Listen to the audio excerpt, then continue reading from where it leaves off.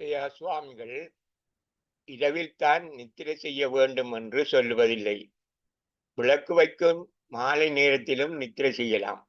பகலிலும் நித்திரை செய்யலாம். அதிகாலை 4:30 மணிக்கு மட்டும் நித்திரை செய்யக்கூடாது என்று சொல்லுவார். இந்த அதிகாலை 4:30 மணி என்பது நாட்டுக்கு நாடு வேறுபடும் என்பது உங்களுக்கு தெரியும்.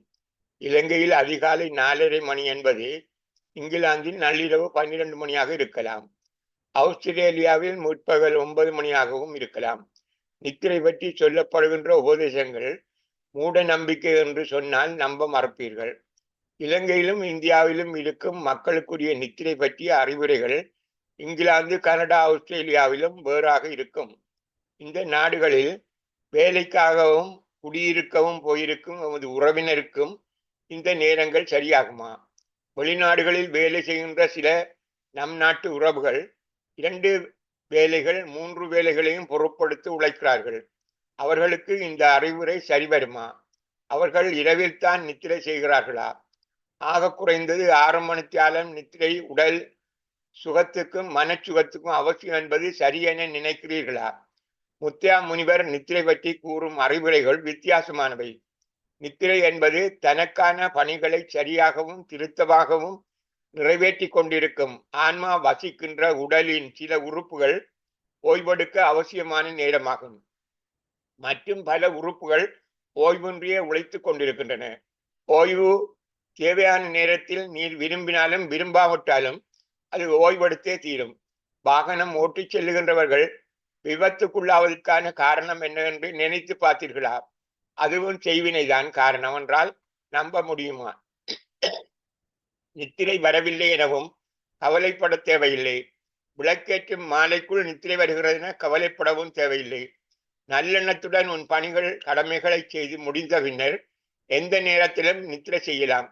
நல்லெண்ணத்துடன் உன் தொழிலை செய்வதென்பது முக்கியமானது. உனக்கும் மற்றவருக்கும் தீங்கு விளைவிக்காது நீர் உன் தொழிலை செய்ய வேண்டுமானால் சாரதியாகிய நீர் போதிய அளவு நித்திரை கொண்டு ஓய்வெடுத்த பின் தொழில் செய்ய தொடங்குதல் வேண்டும் என்பதையும் நல்லெண்ணம் உள்ளடக்கும். நல்லெண்ணத்துடன் உன் தொழிலை சரியாக நிறைவேற்றியிருந்தால், அன்று செய்ய வேண்டிய ஏனைய உன் கடமைகளையும் நல்லெண்ணத்துடன் செய்திருந்தால், நீர் படுக்கையில் கண்களை மூட நித்திரை தானாக வரும். நித்திரையின்மைக்கு காரணம் மன அமைதியின்மை மட்டுமே ஆகும். மன அமைதியை வேண்டுமானால் நல்லெண்ணம் அவசியமாகும். அதற்கான மருந்து தியானமாகும். 24 மணித்தியாலங்களில் நல்லெண்ணத்தை மூச்சு காற்றுடன் உடம்புக்குள் அனுப்பி மனதை பக்குவம் அடைய செய்யலாம். அதுதான் தியானம் என குறிப்பிடப்படுகின்றது. உடல் சுகமும் மனச்சுகமும் உடலின் ஓய்வுக்கு அவசியமாகும். உடலில் காயம் நோய்கள் இருந்தால் மனச்சுகம் கெடும். வேதனை உள்ள போது நித்திரையும் வரமாட்டாது. உடலில் நோயில்லாத போதும் மனம் பயத்தினாலும் கவலையினாலும் உளைச்சலுடன் மன அமைதியின்றி இருக்கும் போதும் நித்திரை வராது. நித்திரை வருவதற்கு உடல் நோயும் மனநோயும் ஏற்படாமல் இருக்க நல்லெண்ணம் பேணப்பட வேண்டும். உடல் சுகமாக இருக்க வேண்டுமானால் நல்லெண்ண முகாமைத்துவம் அவசியமாகும். நல்லெண்ண முகாமைத்துவம் என்பது உடல் தேவைக்கேற்ற போசாக்குடைய உணவும் மிதமான சமநிலை கொண்ட நுகர்வு நாட்டமும் ஆகும். அளவுக்கு அதிகமான உணவும் உடல் உபாதைகளை நோய்களை ஏற்படுத்தும். நல்லெண்ணத்துடனான புல நுகர்வு கட்டுப்பாடு இல்லையெனில் உடல் நோய், துன்பம், கவலை வந்து சேரும். மிகையான காம இச்சை, முறையீனமான இன்ப எதிர்பார்ப்பு, அதாவது கொடுத்து கொடுத்து இன்பம் அடையலாம், எடுத்தெடுத்தும் இன்பம் அடையலாம். தான தர்மம் இன்ப எதிர்பார்ப்புடன் செய்யப்படுவது. கள்ளக்கடத்தல், கரப்பு சந்தை வியாபாரம், நுகர்வோரையும் தொழிலாளரையும் சுரண்டுதல், இளஞ்சம் பெறுதல், எடுத்தெடுத்து இன்பம் அடையும் எதிர்பார்ப்பாகும். நல்லெண்ணத்தில் ஊறியவர்கள் மற்றவர் துன்பத்தில் இன்பமடைய மாட்டார். பெரும்பாலானவர்களின் மன உளைச்சலுக்கும் கவலைகளுக்கும் துன்பங்களுக்கும் வாழ்வின் தோல்விகளுக்கும் காரணம் முறையீனமாக அதிக இன்பத்தை எதிர்பார்த்தலாகும். முறையீனமான மிகை இன்ப நாட்டம் உடல் சுகத்தையும் மனச்சுகத்தையும் கெடுத்துவிடும். உடலுக்கு தம்மைத்தானே சீராக்கிக் கொள்ளும் ஆற்றலையும் கடவுள் கொடுத்திருக்கிறார். ஆனால் மிகையான இன்ப நுகர்வு உடலினால் தானாக சீராக்கி கொள்ள முடியாத பெருங்காயங்களை உடலிலும் மனதிலும் ஏற்படுத்தி விடுகின்றது. தவறான முறையில் திரட்டும் போது செல்வம் மிக இன்பத்தை கொடுத்தாலும் மனச்சாட்சி உடலிலும் மனதிலும் ஏற்படுத்துகின்ற வடுவை காயங்களை சீராக்குவதற்கு அந்த திரட்டிய செல்வம் போதாமல் இருப்பதை காலங்கடந்த பின்னர்தான் உணரக்கூடியதாக இருக்கும். எந்த செல்வமும் மன உளைச்சலுடன் ஒப்பிடும்போது மன அமைதிக்கு நிகராக மாட்டாது என்பது பின்னர் தான் தெரிய வரும். முறையீனமாக திரட்டிய இன்பமும் செல்வமும் காணல் நீருக்கு சமனானது. எவ்வாறு எளிதாக பெற முடிந்ததோ அவ்வாறே எளிதாக சென்றுவிடும். நல்லெண்ணத்துடன் சேகரிக்கப்பட்ட இன்பமும் செல்வமும் அழியாத இன்பமும் குறையாத செல்வமும் ஆகும். அந்த இன்பத்தையும் செல்வத்தையும் திரட்ட தாமதமானாலும் அது போகும்போதும் பேரின்பத்தை கொடுத்து கொண்டே போகும். கொள்ளையடித்து சுரண்டி போதை மருந்து விட்டு லஞ்சம் பெற்று பணத்தை கொண்டு மனச்சாட்சி சுடும் பாவத்துக்கு பரிகாரம் செய்யத்தான் தருமம் செய்வதானாலும் நல்லெண்ண கடவுளிடம் மன்னிப்பு பெற்று விட முடியாது என முத்தியா சுவாமிகள் சொல்லுவார். இறுதியாக அவர்களுக்கும் எஞ்சியிருப்பது உடல் நோய் இல்லை, மன அமைதியின்மையாகும். இந்த உலகில் ஆக பெரிய துன்பம் உடல் நோய் இல்லை. உயிர் பிரிந்தால் உடல் நோய் அற்றுப்போகும். மன அமைதியின்மை அந்த ஆன்மாவுடன் நிலைத்துவிடும். அந்த ஆன்மா பேய் பிசாசாக திருசங்கு சுவர்க்கத்தில் வாழ வேண்டிய நிலை ஏற்படும். பிறப்பும் இல்லை, இறப்பும் இல்லை. ஆனால் மன அமைதியும் அந்த ஆன்மாக்கு இல்லை. நல்லெண்ணத்துடன் முத்தி அடைந்தவர்களுக்கு பிறப்பும் இல்லை, இறப்பும் இல்லை. ஆனால் கடவுளுடன் கடவுளாக வானத்துடன் ஒன்றிணைந்து விடுவர். அவர்களுக்கு நிலையான மன அமைதி இருக்கும். தியான பயிற்சியை ஆரம்பியுங்கள். உங்கள் மனதை நல்லெண்ணத்தால் நிரப்புங்கள். நல்லெண்ணமே வடிவமாகி விடுங்கள். எல்லா புலன்களும் உங்கள் கட்டுப்பாட்டின் கீழ் வந்துவிடும். நல்லெண்ணம் உங்களுக்கு காவல் தெய்வமாக இருப்பதால் உங்களின் எல்லா செயல்களும் சிந்தனையின் பின்னரான செயலாக மாறிவிடும். ஒருவரின் வார்த்தை அல்லது செயலால் உனக்கு கோபத்தை ஏற்படுத்துமானால் நல்லெண்ணம் குறுக்கே வந்துவிடும். இதனால் உன் எதிர் விளைவு தாமதமாகும். ஒரு சிறுநேர தாமதம் ஏற்படவிருந்த பெரு விபத்தை தடுக்க காரணமாகும்.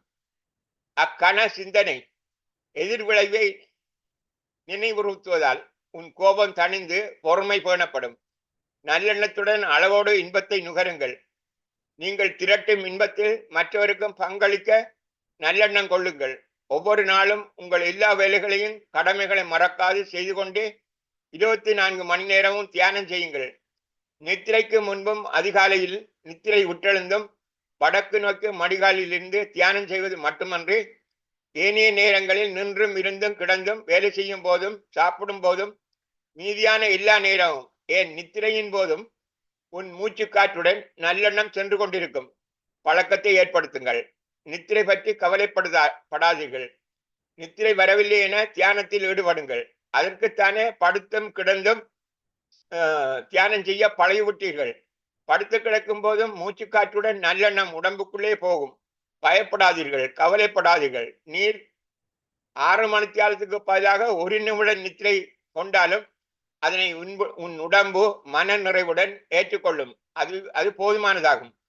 வெளிநாடுகளில் நல்லெண்ணத்துடன் கடினமாக உழைக்கின்ற எமது நாட்டு உறவுகளிடம் நித்திரை பற்றி கேட்டு தெரிந்து கொள்ளுங்கள். நீங்கள் நித்திரை பற்றி கவலைப்படுகிறீர்களா? ஒரு நாளில் எத்தனை மணி நேரம் நித்திரை கொள்ளுகிறீர்கள்? எந்த நேரத்தில் நித்திரை கொள்ளுகிறீர்கள்? எந்த இடத்தில் எப்படியான சூழலில் நித்திரை கொள்கிறீர்கள் என்ற வினாக்களை அவர்களிடம் கேட்டு தெரிந்து கொள்ள பாருங்கள். அவர்களுக்கு நம் நாட்டுக்கு வந்து போகும்போது அவர்களை பாருங்கள், அவர்கள் முகத்தை பாருங்கள், அவர்கள் தேஜத்தை பாருங்கள், அவர்களுடைய உடல் அழகை பாருங்கள். நித்திரை இல்லாமல் படித்து சாதனை படைத்த மாணவர்களிடம் பாருங்கள். அவனிடம் நித்திரை கலை இருக்கிறதா? அவன் கம்பீரத்தை பாருங்கள், அவன் அனுபவத்தை கேளுங்கள். நித்திரை என்பது ஒரு பொருட்டல்ல, நல்லெண்ணமே. கடவுள் நான் கொட்டாஞ்சேனை பொலிஸ் நிலையத்தில் தடுப்பு காவல் அறையில் 6 யாழ்ப்பாண இளைஞர்களுடன் 4 நாள் தடுத்து வைக்கப்பட்டிருந்தேன். தேசிய கல்வி நிறுவனத்தில் மொழிபெயர்ப்பு கருமத்துக்காக வந்த நான் வேலை முடிந்து வீட்டுக்கு போக பஸ் கிடைக்காமையால் கனகரட்னம் ஐயா வீட்டில் இரவை கழிப்பதற்காக இருந்தேன். அந்த இளைஞர்களையும் என்னையும் கொட்டாஞ்சேனை பகுதியில் அனுமதி இல்லாமல் இருந்தமைக்காக கொண்டு சென்றார்கள். அந்த சின்ன 10 அடி நீள அகலங்கொண்ட அறையில் 4 நாட்கள் அந்த 6 இளைஞர்களும் நானும் வைக்கப்பட்டிருந்தோம். அந்த தடுப்பு காவல் அறையில் மத்தியில் மலங்கழிப்பதற்கான ஒரு குழியும் இருந்தது. அந்த 4 நாள் நித்திரை அனுபவம் எனக்கு பெரிய துன்பமாக இருக்கவில்லை, மகிழ்ச்சியை தந்தது. அங்கே பிடிபட்டிருந்த அந்த 6 இளைஞர்களும் என்னை போலவே அப்பாவிகள் என எனக்கு உணர முடிந்தது. மட்டுமல்ல, அந்த இளைஞர்களின் வளர்ப்பை நினைத்து நான் ஆச்சரியப்பட்டேன். என்னை எப்படி பார்த்து கொண்டார்கள் என்பதை நான் உங்களுக்கு சொல்லி புரியாது. நான் 2 நேரம் சாப்பிட மனம் வரவில்லை. அவர்களை பார்க்க வந்தவர்கள் சாப்பாடு அதிகமாக எடுத்து வருவார்கள். சாப்பாடு ஏராளமாக மிஞ்சும். அந்த இளைஞர்கள் நான் சாப்பிட மறுத்ததால் என் கண்ணெதிரிலே அவ்வளவு சாப்பாட்டையும் குப்பை வாளியில் போட்டார்கள். அதன் பின்னும் என்னால் சாப்பிடாமல் இருக்க முடியவில்லை. சாப்பிட்டேன். அவர்களும் உண்ணாவிரதத்தை கைவிட்டார்கள். அடுத்தது படுக்கை மலக்குழியை எதனையோ போட்டு மூடுவார்கள். என்னை அதில் படுக்கச் சொல்லுவார்கள். 6 அடி சதுரமான அந்த அறைக்குள்ளே 10 அடி நீளமான அந்த அறைக்குள்ளே அவர்கள் நின்றபடி நித்திரை செய்தார்களோ எனக்கு தெரியாது. அவர்கள் நித்திரை செய்ததை அந்த 4 நாட்களும் நான் காணவில்லை. நான் படுத்துக்கொண்டே இந்த பிள்ளைகளுடன் இருப்பதற்கு எனக்கு அனுபவத்தை ஏற்படுத்திய கடவுளுக்கு முதலில் படுத்த போது நன்றி சொன்னேன். அவர்களின் நல்ல பண்பை நினைத்து இருக்க எனக்கு பின்னர் எதுவும் தெரியாது. நான் ஒவ்வொரு நாளும் 6 மணிக்காலம் நித்திரை செய்திருப்பேன். நான் 4 நாட்களும் சந்தோஷமாக இருந்தேன். வீட்டுக்கும் தெரியப்படுத்தவில்லை. என்னை இங்கே தடுப்பு காவல் அறையில் கண்ட ஒருவர் சாமி தம்பி விதானையார் மகன் ரவீந்திரன் மட்டுமே ஆகும். தடுப்பு காவல் அறையில் என்னுடைய இருந்த அந்த இளைஞர்கள் அந்த 4 நாட்களும் மகிழ்ச்சியாகவே இருந்தார்கள். மகிழ்ச்சிக்கு போதைப் பொருள் வேண்டும் என்பது முக்கியமில்லை என்பதை அவர்களும் அறிவார்கள். என்னாலும் அறிய முடிகிறது. நித்திரை கட்டாயம் என்பதும் இல்லை. நித்திரை பற்றிய முக்கியமான அனுபவம் எனக்கு அங்கும் கிடைத்தது. நித்திரை வரவில்லையா? தியானம் இருக்கிறது, அதனை செய். இல்லையானால் உனக்கு மிக விருப்பமான செயலை நல்லெண்ணத்துடன் செய். புத்தகம் வாசி, அல்லது நீர் சேமித்து வைத்த இசை ஒன்றை கேள். ரசித்துக் கொண்டே வீடியோ ஒன்றை மீண்டும் பார்.